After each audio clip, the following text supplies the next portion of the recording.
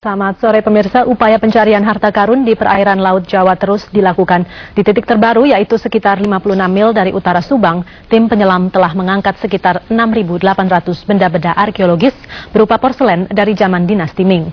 Upaya pengangkatan benda-benda arkeologis telah dilakukan selama sebulan oleh PT Komeksindo, diawasi oleh Departemen Kelautan dan Perikanan. Dari kapal karam di kedalaman 58 meter, 22 penyelam telah berhasil mengangkat ribuan benda bersejarah yang nilainya ditaksir mencapai ratusan miliar rupiah. Bahkan di lokasi 786 lintang selatan dan 275 bujur timur di perairan Laut Jawa ini, diperkirakan jumlah harta karun yang ada jauh lebih banyak dari harta karun yang ditemukan di utara Cirebon, di mana 271.384 artefak telah diangkat dan dalam upaya lelang. Namun proses pengangkatan di titik ini lebih rumit dibandingkan di utara Cirebon, karena titik penyelaman jauh lebih dalam serta kondisi cuaca lebih buruk. Nantinya hasil eksplorasi dan pengangkatan harta karun ini juga akan melalui proses lelang, di mana hasil penjualan akan dibagi dengan perhitungan 50-50 untuk PT Komeksindo dan pemerintah.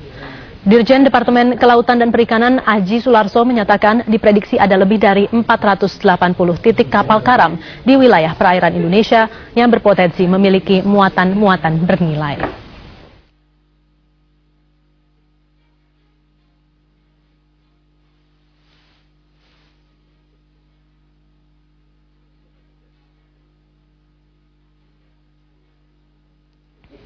Bagaimana persisnya upaya pencarian harta karun dilakukan? Berikut laporan reporter Mariska Prudence dan juru kamera Kristo Hantarikso.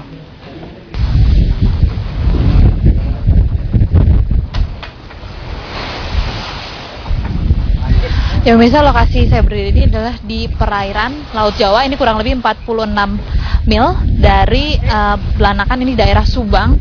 Dan memang untuk saat ini masih belum dapat dilakukan penyelaman untuk melihat harta karun ataupun juga mengambil barang-barang dari kedalaman 58 meter. Namun tinggi gelombang ini sekitar 3 meter. Ini tidak memungkinkan untuk penyelaman, batasnya hanya setengah meter saja.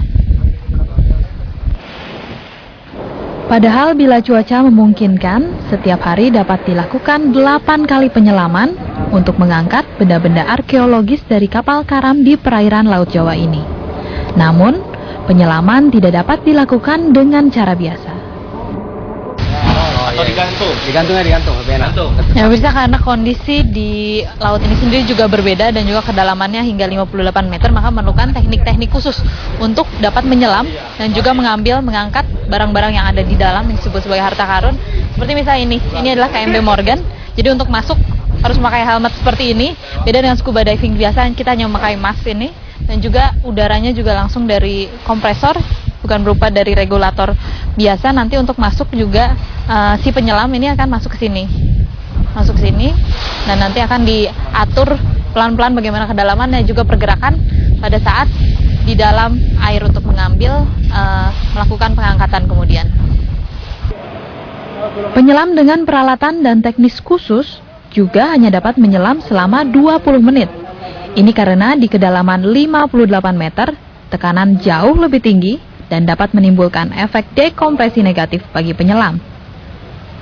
Sudah sekitar 1 bulan, upaya pengangkatan benda-benda arkeologis dari kapal karam dilakukan oleh PT Komeksindo dan juga Departemen Kelautan Perikanan. Tak tanggung-tanggung, sebanyak 6.800 benda arkeologis seperti porselen zaman Ming sudah berhasil diangkat. Sulit diestimasi karena kapal ini kargonya cukup besar dan belum tentu di semua palka ini kan kapal itu terisi. Tapi kalau dibandingkan dengan shipwreck Cirebon yang sekarang lagi lelang itu, ini jauh lebih besar.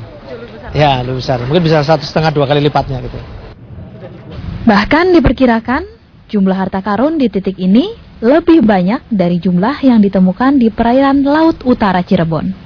Ya pemirsa, ini adalah salah satu dari yang sudah berhasil diangkat dalam waktu sebulan. Kondisinya bahkan sebagian ada yang masih bagus seperti ini.